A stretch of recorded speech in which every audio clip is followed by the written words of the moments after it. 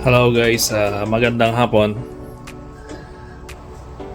Um, Kumusta kayong lahat? Ngayon guys, yung gas valve ng water heater.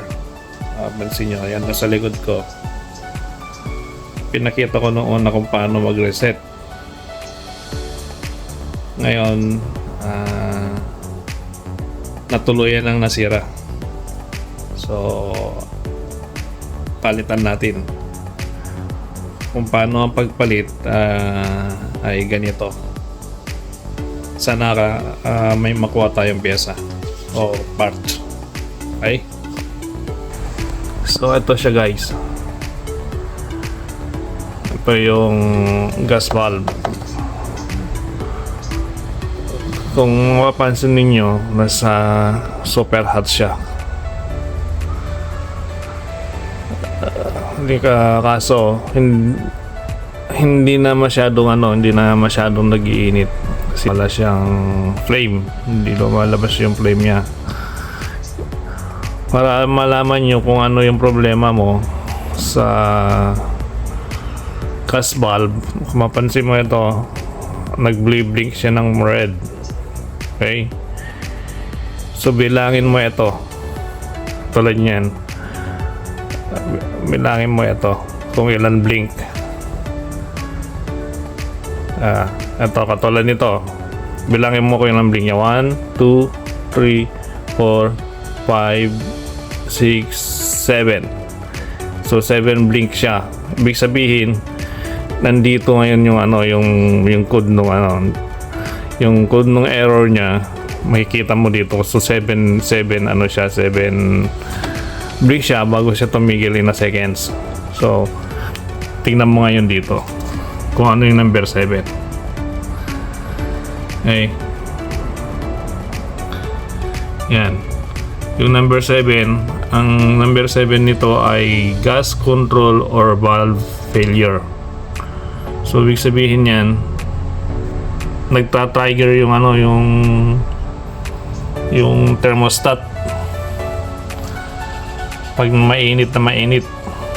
So supposed to be ito buksan nyo ito.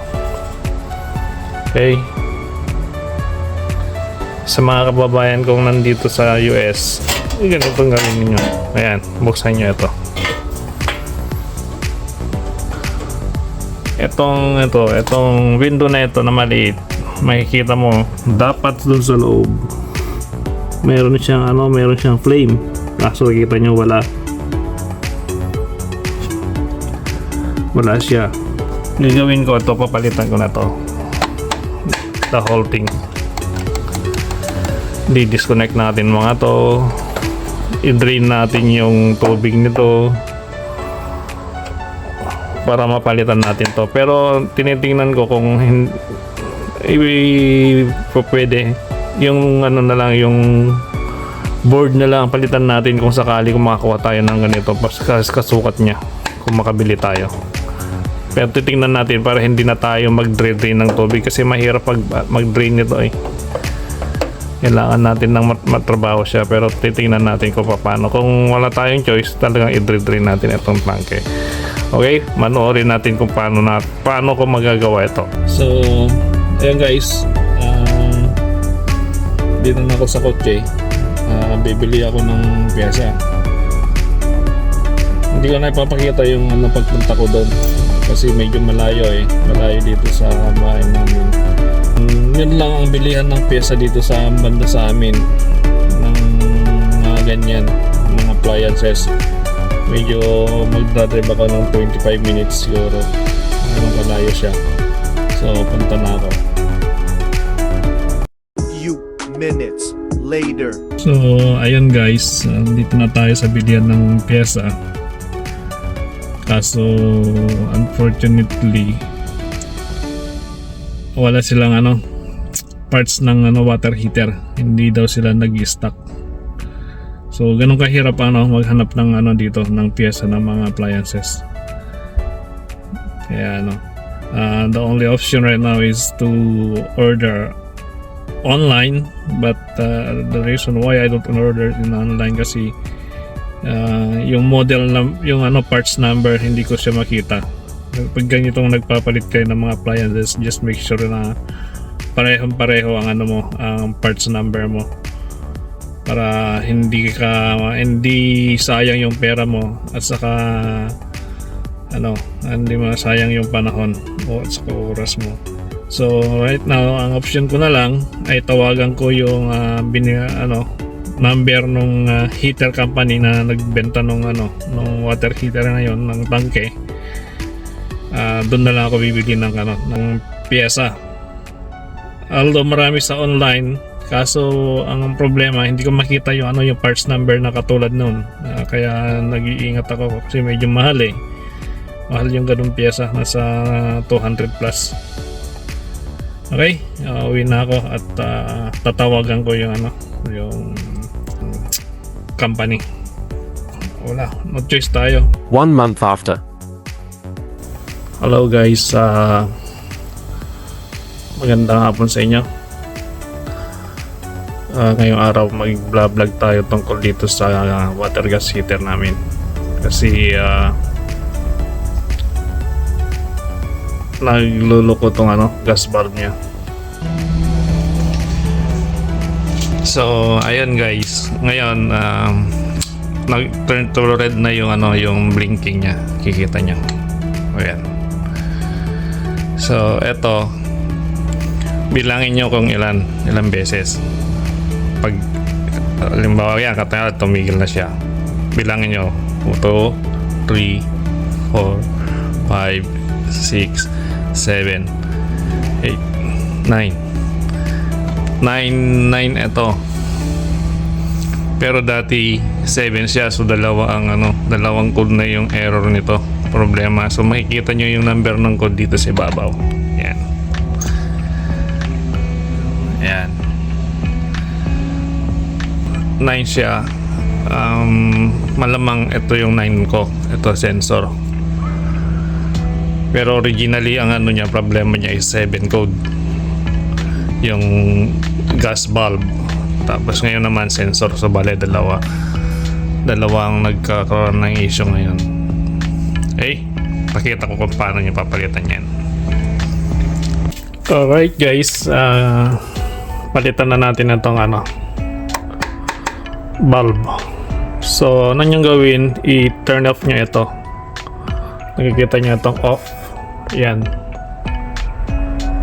i-turn off nyo yung switch nya, and then antayin nyo ito na mawala yung blink nya. Tapos i-turn off nyo yung gas supply nya. Ito main bulb. Ito sa amin nandito. Turn off nyo ito. Make sure na turn off siya. Yun yung gas. Then take out nyo ito.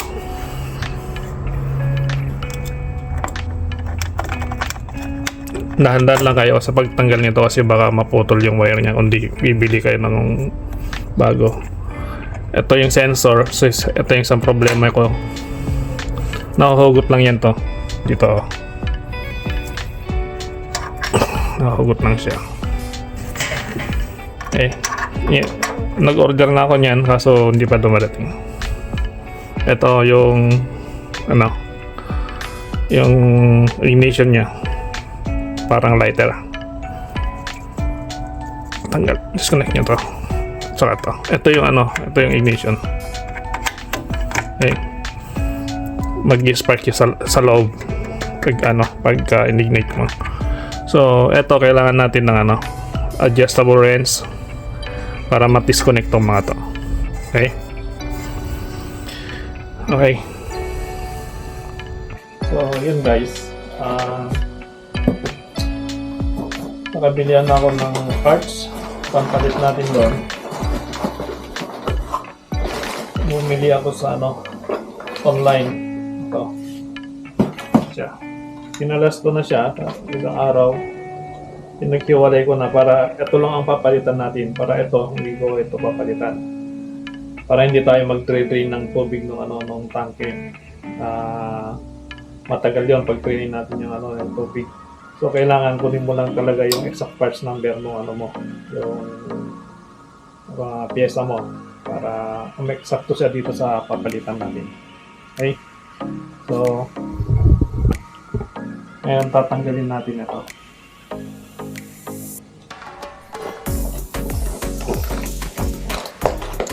Kailangan may itong channel lock ka at saka adjustable wrench. Ito. Gamit ko yan sa trabaho. Nabi ko muna.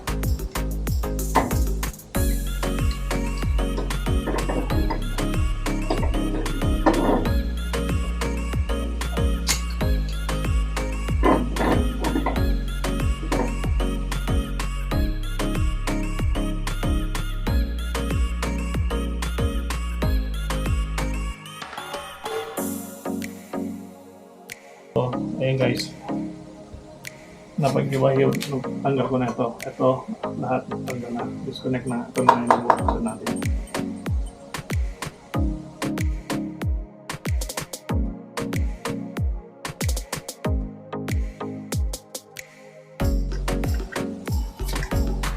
Ingat lang kayo dito guys sa pag ano nito.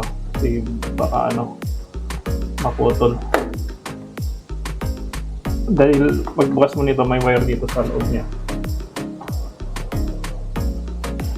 Okay. Ito. Meron siyang wire. Ingatan mo ito. Itong wire na ito. Kasi mayroong board dyan. Dito. Nakakonect yan doon. Ingat ka din pagtanggal.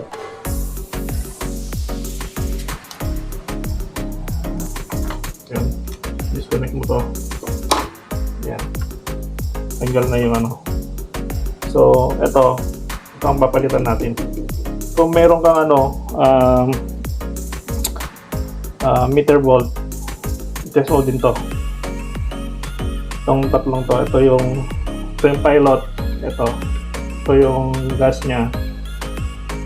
Saka yung ano, power. Pwede mong ano yun to, check mo ito. Wala kasi akong voltmeter ngayon. Ito, saka ito. Sa ohms, 9 to 13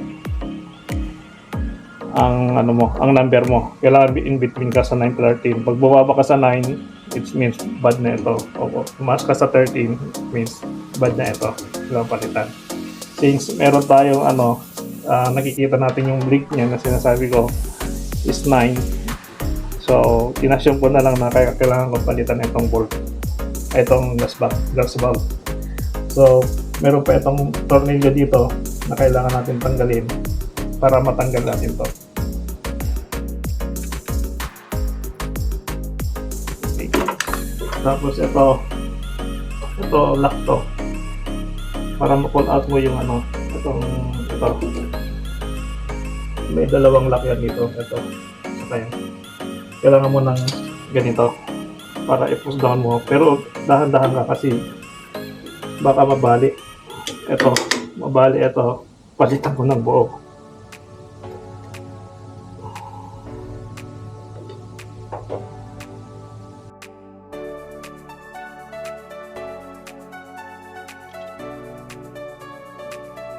So, ingat kang tanggal mo dito guys kasi baka pag ito nabali, kailangan papalitan mo lahat yan. Okay, ingatan nyo ito kaysa magpapalit ka nito kasi kailangan pag pinalitan mo ito, i-drain mo yung tubig ng tangke.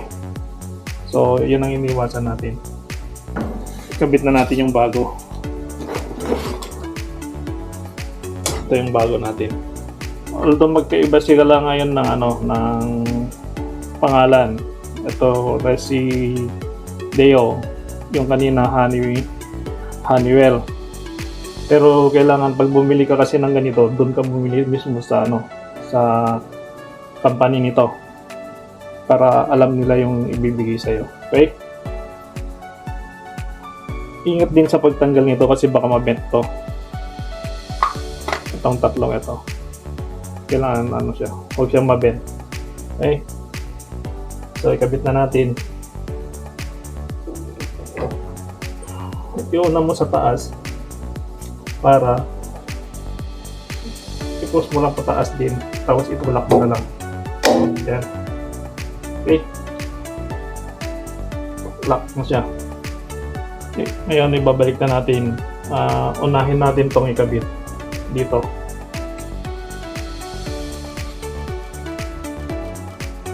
So, ayun guys, naikabit ko na.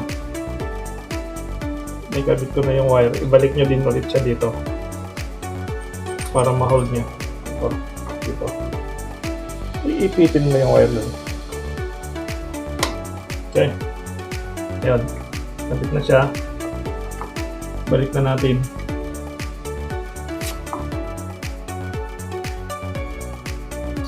Balik na natin to.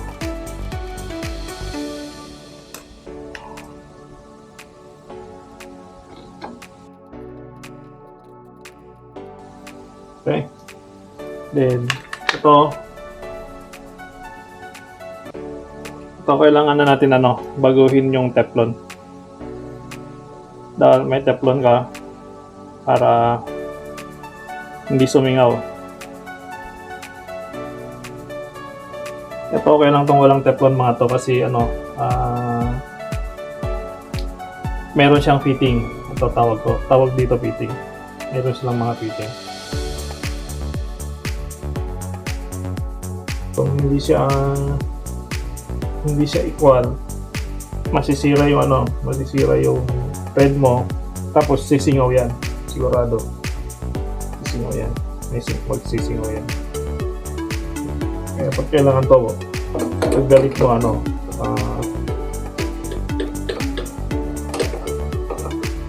tama yung pagkakabalik mo. Hindi mo kailangan pwersahin na napihitin. Mapihit ng kamay mo, pihitin ng kamay mo.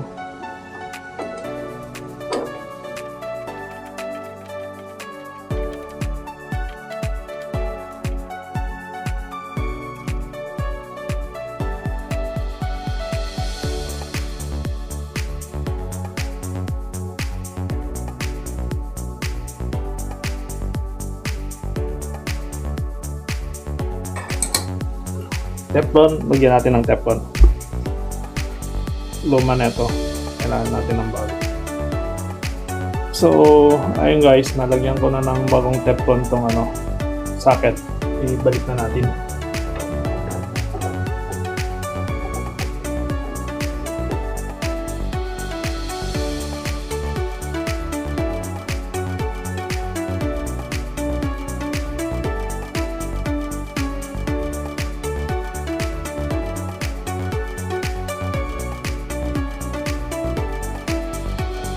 Tansyahin nyo lang yung guys.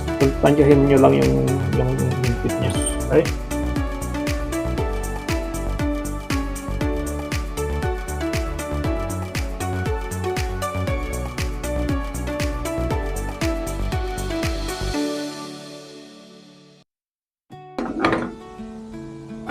Okay?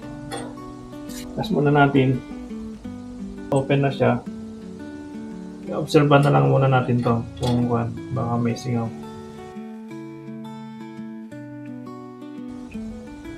Tayo muna natin to ng mga 20 minutes. Obserban natin kung maamoy natin na may leak bago natin i-ignite yung gas. Okay? So ayun guys, mukha naman walang akong naamoy na leak. Amuyin mo muna yung niya, paikot nito para mas safe ka. Tapos yung parts niya guys, kailangan bumili kayo sa mismo sa dito sa company na to. Kung ganito yung company ng tank ninyo, bumili kayo dito. Meron sa sa website nila. Okay? At least bibigay nila yung tamang compatible dito sa tanke. Now, ignite natin. So ilagay na natin dito sa pilot. Kita nyo pilot. So, i-on natin to. I-press mo siya about 10 seconds. Tapos, itong window na to, makikita mo yung lighter, yung ignition niya doon. So, ako sisilipin ko yung bago ko, habang i-click ko ito. Okay.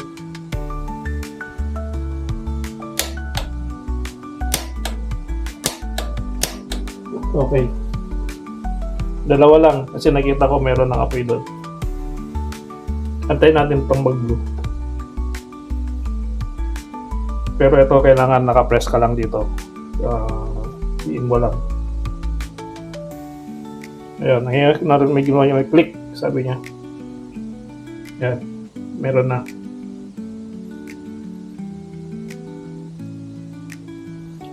So yung ignition niya guys, makikita mo dun.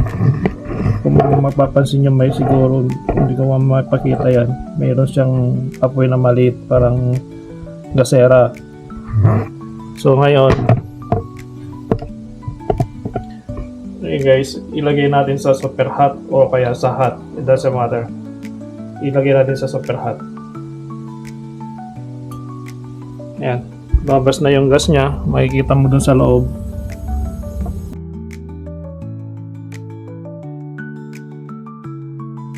So, yun guys, ibabalik ko siya sa hot lang. Kasi masyadong hot yan. Try ko lang sa hot.